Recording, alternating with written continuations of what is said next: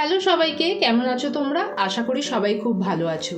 চলো আজকের দিনটা তোমাদের সঙ্গে কাটাই। সকালটা শুরু করলাম ঘুম থেকে উঠে জানলার পর্দা খুলে, তারপরে একটু ঘরটা গুছিয়ে বিছানাটা সুন্দর করে গুছিয়ে নিলাম। সকালে ঘরটা একটু পরিষ্কার পরিচ্ছন্ন করে নিলে আমার নিজেরই বেশ ভালো লাগে।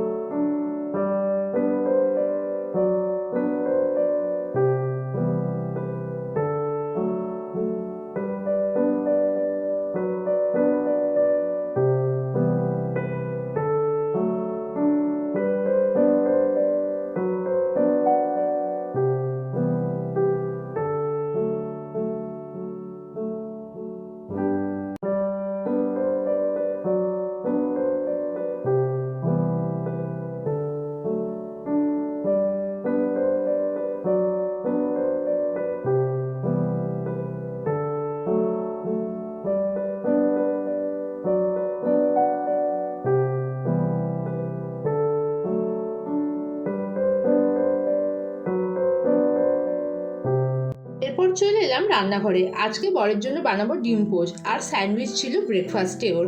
আগের দিন ও একটা প্রোগ্রামে গেছিল, সেখানে টিফিনে স্যান্ডউইচ দিয়েছিল, সেটাই খায়নি, তো সকালে ব্রেকফাস্টে খাবে। আর আমার বার ডিম পোচ খেতে ভীষণ ভালোবাসে। সকালে ব্রেকফাস্টে যদি কোনো অপশান না থাকে, দুটো ডিম পোচ করে দিলেই ও ওটা খেয়েই শান্তি হয়ে যাবে, বা ওটা খেয়েই ও খুব খুশি হয়ে যায়।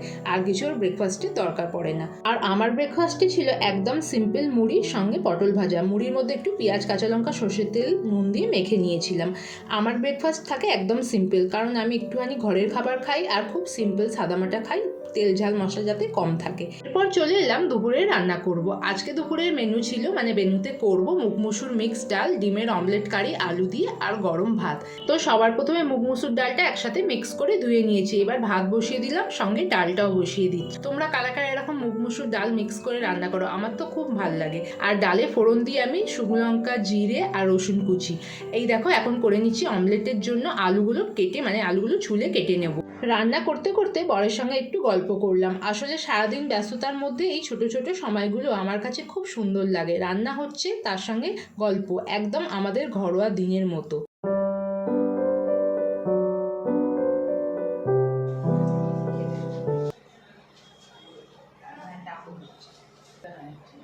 ভালো আছে।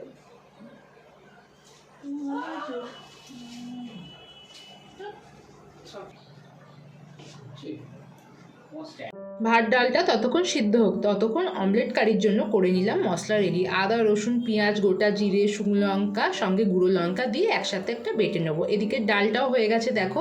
এবার ডালে ফোড়ন দেবো, ওই যে আগেই বললাম, রসুন, জিরে, গোটা জিরে, শুকনো লঙ্কা, তেজপাতা, একটুখানি লঙ্কা দিলেই ব্যাস। এই ডালটা এরকম করে, আমি মুখ মুসুর করলে এরকম জিরে আর শুকনো লঙ্কা আর রসুনের ফোড়ন দিই, যাতে খেতে একদম মশলা ডালের মতোই লাগে। তোমরাও এই ডালটা করে দেখতে পারো, খেতে খুব ভালো লাগে। এখানে ভাতটা হয়ে গেছে, তাই ফ্যান ঝরিয়ে আবারও ভাতের বাটিতে ভাতটা ঢেলে দিয়ে ঢাকা দিয়ে রেখে দিলাম। এবার ডিমের অমলেটগুলো করে নিচ্ছি একে একে, তারপরে করব ডিমের অমলেট কারি। ডিমগুলো ভাজা হয়ে গেছে, তো এখানে কড়াইতে দিয়ে দিলাম পেঁয়াজ ফোড়ন, তার মধ্যে আলুগুলো দিয়ে ভেজে নিচ্ছি।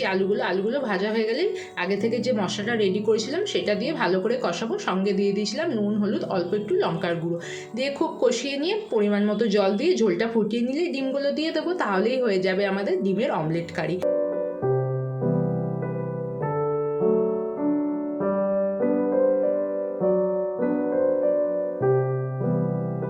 উপর থেকে দিয়েছিলাম সানরাইজের সাই গরম মশলা। এটা দিলে তরকারিতে দারুণ গন্ধ ছাড়ে। নিরামিষ তরকারিতে আর ডিমের তরকারিতে আমি এটা দিয়েই থাকি। সব রান্না হয়ে গেল, এবার বরকে খেতে দিয়ে দিলাম। গরম গরম ভাত, ডাল, ডিমের অমলেট কারি, সাধারণ হলেও নিজের হাতে বানানো বলে আমার কাছে সবসময় একটু স্পেশাল। এই ছিল আজকের আমার একদম সাধারণ একটা দিন। সকাল থেকে ঘর গোছানো, রান্নাবান্না, খাওয়া দাওয়া আর সঙ্গে বরের একটু গল্প। তাহলে আসি, দেখা হবে পরের ভিডিওতে। ততক্ষণ সবাই ভালো থেকো, সুস্থ থেকো। ভিডিও ভালো লাগলে লাইক কমেন্ট করো, পেজটা ফলো করে দিও।